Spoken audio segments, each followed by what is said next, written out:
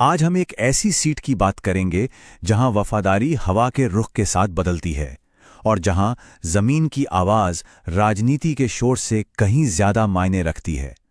हम सुर्खियों से परे जाकर असम के बारामूला निर्वाचन क्षेत्र की एक गहरी डेटा आधारित पड़ताल करेंगे, उसकी राजनीतिक अर्थव्यवस्था और शासन की असलियत को समझेंगे।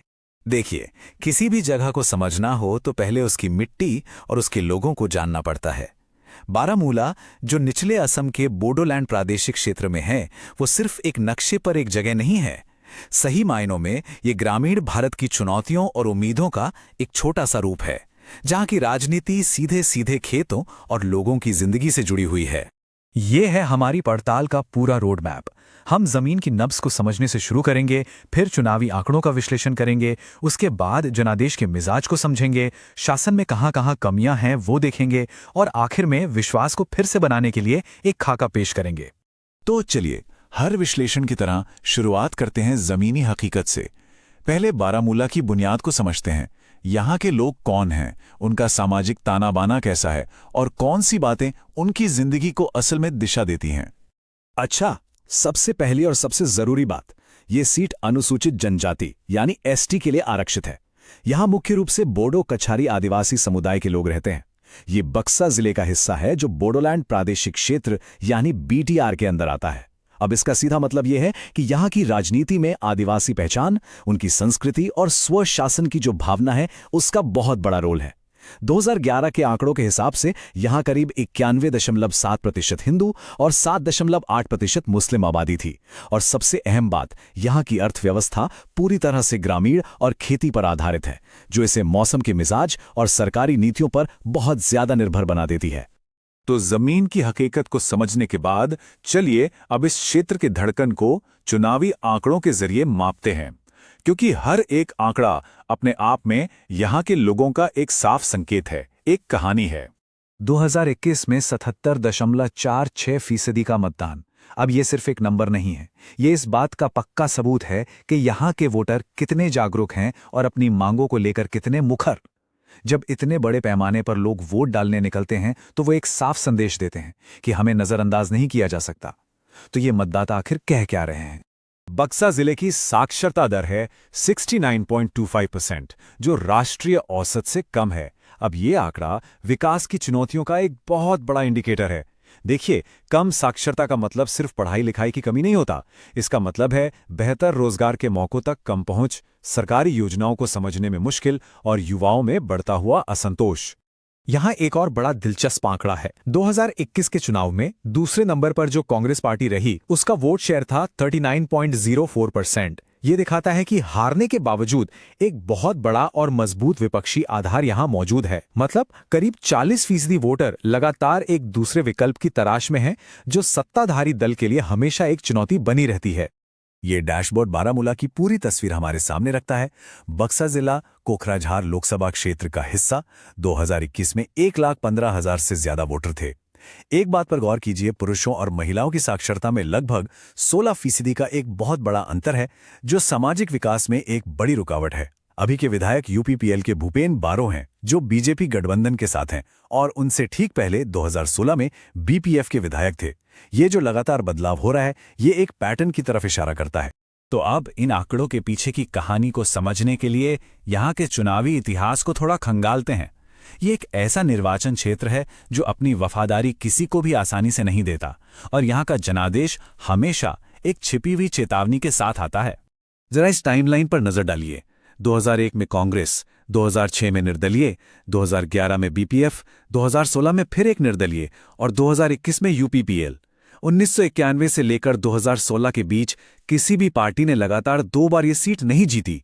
ये सत्ता विरोधी लहर का एक क्लासिक केस है। यहाँ के वोटर किसी पार्टी या नेता से बंधे हुए नहीं हैं।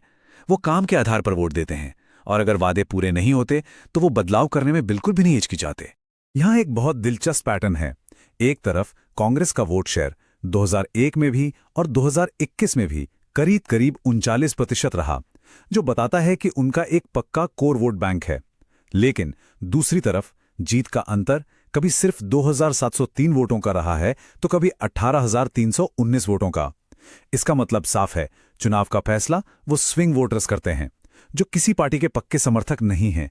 ये वो लोग हैं जिनकी उम्मीदें पूरी नहीं हुई और जो हर चुनाव में एक बेहतर विकल्प खोजते हैं। अब आगे की बात करने से पहले एक बुनियादी बात याद रखना जरूरी है। हमारे गणतंत्र की नींव मानवीय गरिमा और एक जिम्मेदार, सोची समझी सार्वजनिक बहस पर टिकी है।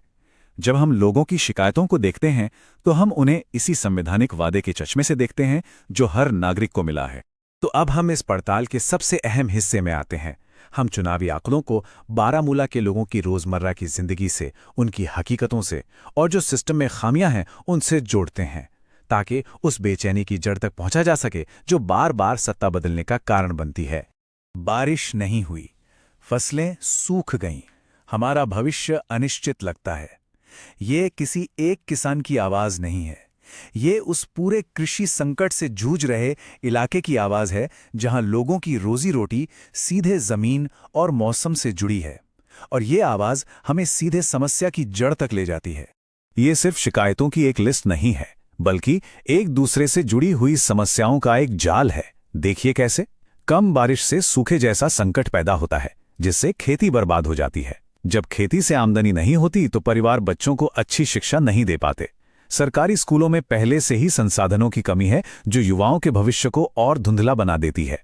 यही युवा जब रोजगार के लिए बाहर जाते हैं तो उन्हें पलायन करना पड़ता है, और खराब सड़कें किसानों को बाजार और बीमारों को अस्पताल तक पहुंचने से रोकती हैं। ये एक दुष्चक्र है जहां एक नाकामी दूसरी नाकामी को जन्म देती है। तो ठीक है, अभी तक हमने समस्या का निदान किया है, अब बात करते हैं समाधान की। यहां एक साफ, व्यवहारिक, रणनीतिक ढांचा है जिसे इन आपस में जुड़ी समस्याओं को हल करके लोगों और उनके नेताओं के बीच टूटे हुए विश्वास को फिर से बनाने के लिए डिजाइन किया गया है। इस रणनीति का नाम है चतुर्मुख सिद्धांत। चतुर्मुख एक संस्कृत शब्द है जिसका मतलब है चार मुख वाला। ये कोई नया आविष्कार नहीं, बल्कि भारतीय रणनीतिक सोच में डीपली रूटेड एक समग्र नजरिया है। ये एक ऐसी रणनीति है जो एक निर्वाचन क्षेत्र की भलाई के चार सबसे जरूरी पहलुओं को एक साथ देखती है, ताकि एक स्थायी और भरोसे पर टिका जनादेश बनाया जा सके। तो चतुर्मुख सिद्धांत के ये चार स्तंभ हैं। पहला, सांस्कृतिक पहचान।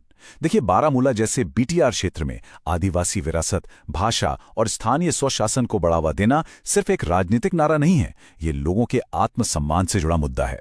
दूसरा, कल्याण और विकास। सिंचाई और खेती में मदद पर ध्यान देना उस किसान की आवाज का सीधा जवाब है जिसे हमने अभी सुना। तीसरा, युवा आकांक्षा। अच्छी शिक्षा और रोजगार के कार्यक्रम पलायन रोकने और युवाओं को बेहतर भविष्य देने के लिए जरूरी हैं। और चौथा, संचार और संगठन। एक ऐसा सिस्टम बनाना जहां लोगों की शिकायतों को सुना जाए और उनका जवाब दिया जाए, ताकि विश्वास फिर से बन सके। अब इस रणनीति को जमीन पर कैसे उतारा जाएगा, इसके लिए कुछ ठोस कदम हैं। अभियान को खेती और रोजी रोटी के असल मुद्दों पर केंद्रित करना, स्थानीय भाषाओं में ग्राम सभाएं करके पहले सुनो का तरीका अपनाना, जवाबदेही तय करने के लिए कल्याणकारी योजनाओं की कमियों पर सरकार के अपने ही आंकड़ों का इस्तेमाल करना, एक मजबूत बूथ लेवल पर शिकायत दर्ज करने का सिस्टम बनाना ताकि किसी की भी आवाज अनसुनी न रह जाए, और युवाओं और महिलाओं तक पहुंचने के लिए पुराने तरीकों के साथ साथ नए जमाने के मैसेजिंग का भी इस्तेमाल करना। और जब हम लोगों से जुड़ने की बात करते हैं तो एक और चीज बहुत जरूरी हो जाती है, वो ये कि हर तरह का संवाद लोगों की निजता और उनकी सहमति का सम्मान करे, जैसा कि भारत के डीपीडीपी यानी डिजिटल व्यक्तिगत डेटा संरक्षण कानून में बताया गया है। विश्वास बनाने का मतलब लोगों की गरिमा का सम्मान करना भी है।